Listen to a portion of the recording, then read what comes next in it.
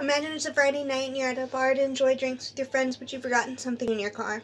You kindly mind your own business as you go to retrieve what you have forgotten, but someone's followed you to your car and begins to grope you and tell you unpleasant things that they would do to you in your ear. No one wants to live through an experience like this. Absolutely no one. Today I want to persuade you to take a deeper look into sexual harassment and assault. It is stated that 81% of women experience sexual harassment in their place of work. About 87 to 97% of employees fail to report it. When speaking about sexual harassment, it does not only take forms of unwanted sexual touch, but also verbal and cyber sexual harassment. Sexual harassment, www.eeoc.gov says that sexual harassment is unwanted sexual advances, being asked for sexual favors, and verbal or physical harassment of any sexual relation. While some believe sexual harassment only happens to women, 10% of men have been sexually harassed in the workplace. Sexual harassment and sexual assault should not be a crime problem. Our place of work should be a place of profession to do our job accurately and feel safe while doing so. Why should a woman or a man consciously think and have to worry about going to work, about not wearing certain articles of clothing, or having to avoid doing or seeing someone? Dr. Colleen Cullen, a licensed psychologist, says that victims of sexual harassment in the workplace are commonly diagnosed. The diagnoses include depression, anxiety, post-traumatic stress disorder, also known as PTSD. Although sexual harassment does happen in our working place, it's not the only place it occurs. It pretty much happens everywhere.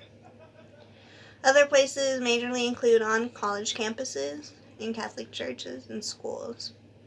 www.rain.org says that 11.2% of college students have experienced sexual harassment, if not sexual assault.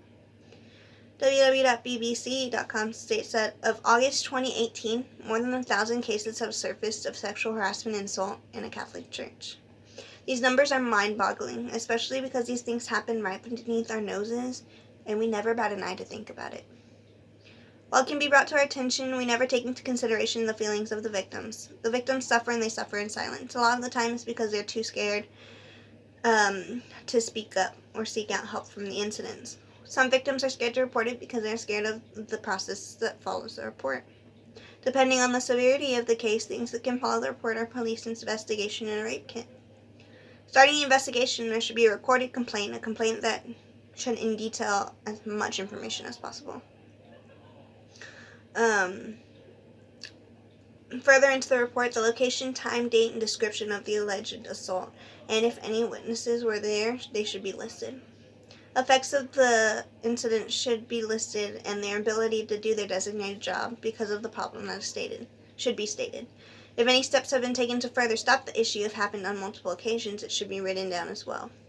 Naturally, because the majority of people fail to file a complaint or report anything about it, it's very hard to tally and really find the accused guilty. While the report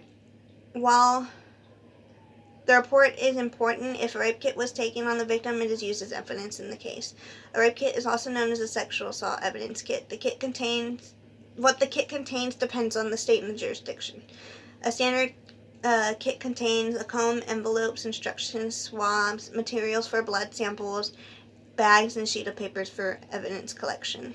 Preparing for a rape kit, if possible, you're to avoid doing actions that could damage the results, such things as changing clothes, showering, using the restroom, combing your hair, and cleaning the area. While commonly put into distress, it's normal for us to rid of anything from an unwanted experience, but this can disturb the evidence. Evidence is best collected 72 hours after the incident to be analyzed by crime lab, but past the time frame, things can be found in a sex assault forensics lab. If any questions occur on the time frame, there's a hotline you can call and contact someone to ask further questions. The steps given in the kit are immediate care, medical history, head-to-toe examination, possible mandatory reporting, and follow-up care. You are allowed to skip and stop the exam at any given time you please. You can imagine at this point why the victims would be scared. They are to go about all of this and sometimes they're not even about justice. It has come and risen.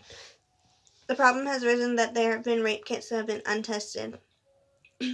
This allows a lot of people to get away with things.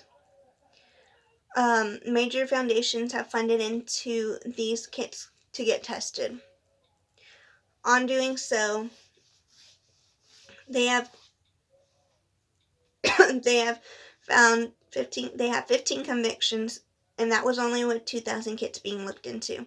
They tracked 188 rapists into connecting with 670 other DNAs, linking up to crimes in over 26 states. The consequences of the assaulter vary.